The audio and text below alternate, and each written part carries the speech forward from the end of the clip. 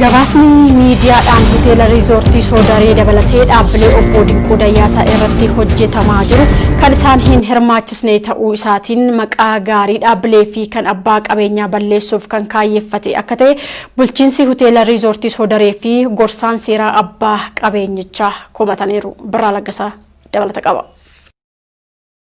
Handhuura Oromiyaa Finfinneerraa kallattii bahaatiin fageenya kiiloomeetira 125 irratti akka lakkoofsa Itoophiyaatti bara 1942 mootummaan kan hundaa'e hoteelli riizoortii Soodaree yeroo ammaa umurii maanguddoo tokko lakkoofsiseera. Wiirtuun bashannanaa kun akkuma dhaabbilee misoomaa mootummaa biroo bulchiinsa hoteelota Waabii Shabalee jedhaman jalatti tajaajila dhiqannaa bishaan ho'aa fi hoteelaa kennaa waggoota 60 ol erga lakkoofsisee booda labsii dhaabbilee mootummaa gariin yookiin guutumaan guutuutti gara abbootii qabeenyaa dhuunfaatti jijjiiruuf baheen wiirtuun bashannanaa kunis caalbaasiin bahee gara abbaa qabeenyaatti akka darbu murtaa'e.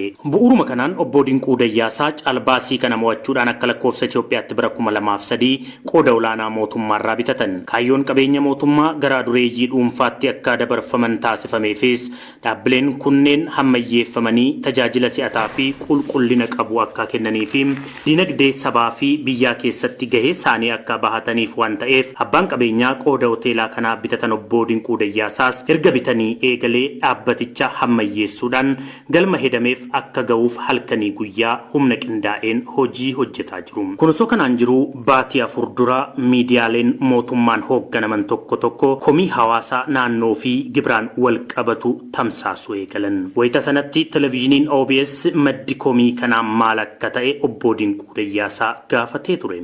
Uummata naannoo wajjiniin humaa komii tokko illee qabu. Lafuma abbaa takkaa sinziruma takka illee fudhanne nu. Gabaree duraan nu Shabalee irraa binne mootummaa irraa binne kan mootummaan kaartaa wayii nutti gurgure. Kaartaa san keessa warra jiranillee ganzaba keenya kaffalleet gabareedha kaasaa kaffallee baasaa jirra. Seerri nu ayyamu kaffaluudha. Gabareetu nutti dhufe malee nu watan sanitti dhufe. Duraan beekizee Shabalee irraa wayii mootummaa irraa binnu san nama 120 bichaa ture.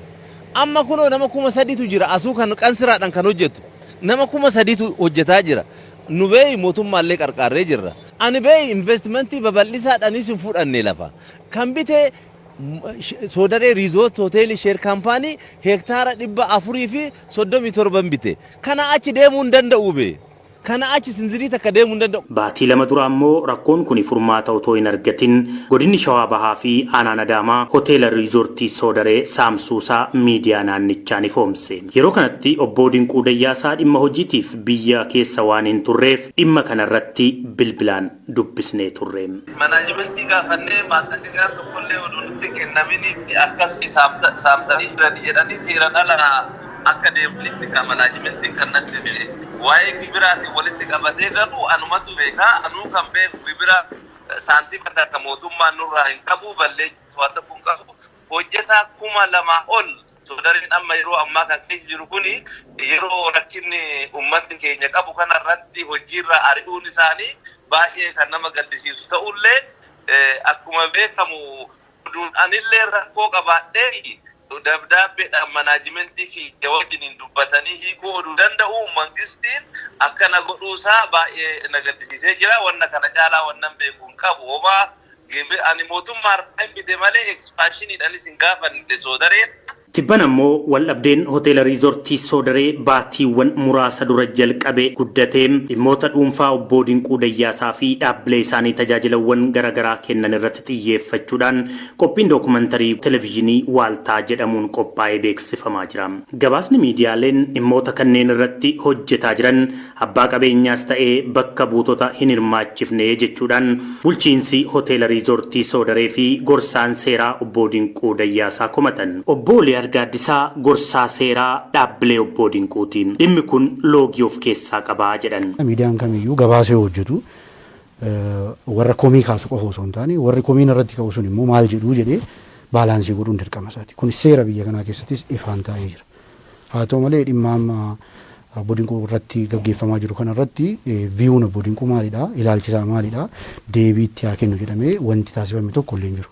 Nutis akka kutaa seeraa isaatiitti hojii gaggeessitoonnis dhaabbattoota isaa warri hoogganaa jiran kunis namni tokko gaafatamee deebii akka itti kennu carraan kenname wanti hin jiru. Kanarraa kan hubannu maalidha?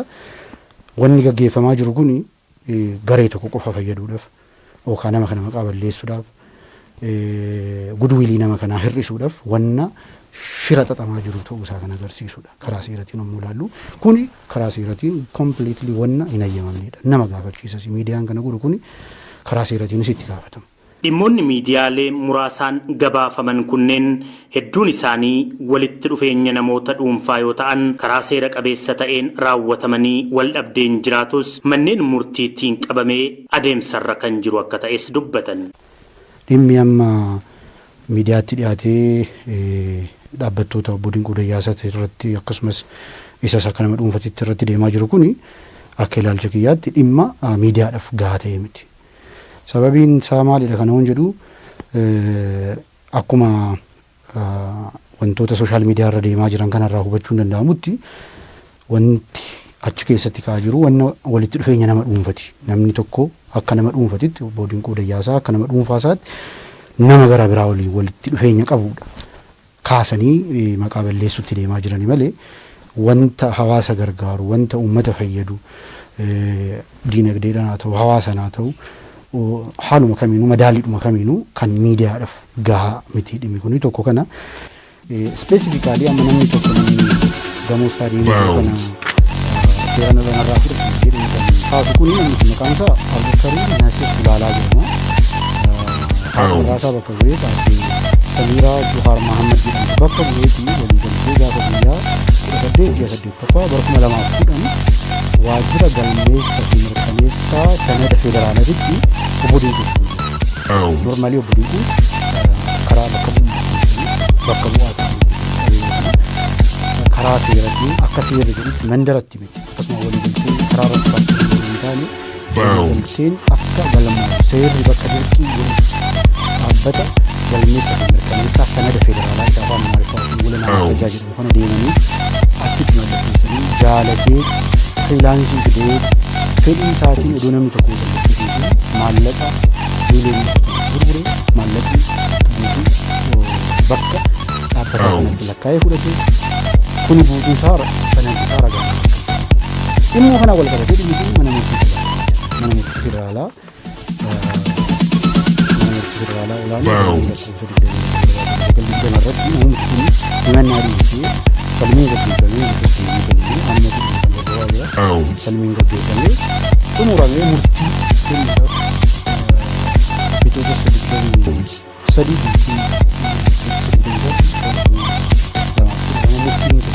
eegaa Obbo Dagoo Leenjisoo ammoo hoogganaa itti aanaa fi itti gaafatamaa damee bulchiinsaa hoteela riizoortii Soodareetiin. Soodareen ergaa gara dhuunfaatti jijjiiramee hawaasa naannoo fi mootummaa waliin marii fi nageenyummaadhaan hojjetaa turre jedhan. Soodareen jalqabarraa kaasee bara 2003 qulqulleessa 2003 jalqabee karaa mootummaa fi abbaan qabeenyaa sheer kaampaaniidhaan haga waggaa 2009 akka caamsaa 2009 walumaan hojjechaa turanii achiin booda immoo abbaan qabeenyaa guutumaan guututti sheerii karaa ofiitti guddifachuusaa kanuma beekamu hanga ammaatti nuti mootummaa wajjin taanee wal faana wal mari'achaa hojjechaa turre eenyuma kana dhaabbanni saamsamee olola adda addaa toofamaa dhaabbanni badii qabaa waan akkasii qabaa waan akkasii haasa'amu jira wanta dokumentariin hojjetu sun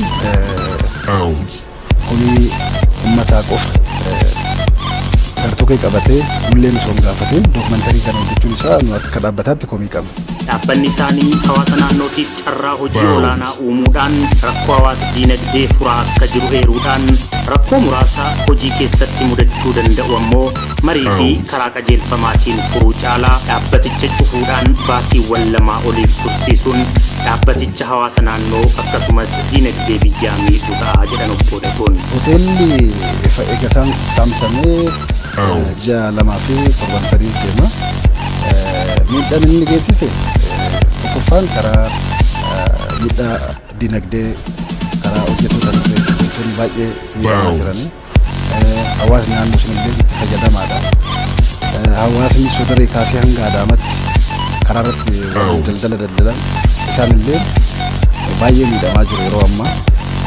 Karaa biraatiin immoo dhaabbanni illee yeroo ammaa meeshaalee dhugaatii, meeshaalee konistirakshinii aduu ta'aa jira. Hoteelli riizoortii Soodaree handaara laga Hawaasitti waan argamuuf bara baraan lolaadhaaf saaxilama. Waqtiin ammaas waqtii gannaa waan ta'eef cufamuu hoteela kanaatiin qabeenyi manca'aa akka jirus dubbatan. Sababa cufamuu dhaabbata kanaatiinis hanni hamaan qabeenya dhaabbatichaa irratti raawwatamaa akka jiru dubbatan. Wallabdee hojii keessatti mudachuu danda'an kanneen miidiyaaleen afarsuu caalaa mootummaa fi qooda fudhattoonni dhimma kana marii fi qajeelfamaan furuu akka barbaachisus dhaamaniiru. Dhaabbataatti mootummaa kan gaafatu yeroo ammaa kana hojjetaan miidhamaa jira, hawaasni naannoo miidhamaa jira, dhaabbanni miidhamaa jira, mootummaan illee galii guyyaa guyyaan argatu dhabaa jira. Osoo rakkoon ta'ellee jiraate karaa seeraatiin ilaalamee karaa seeraatiin furamuu osoo qabu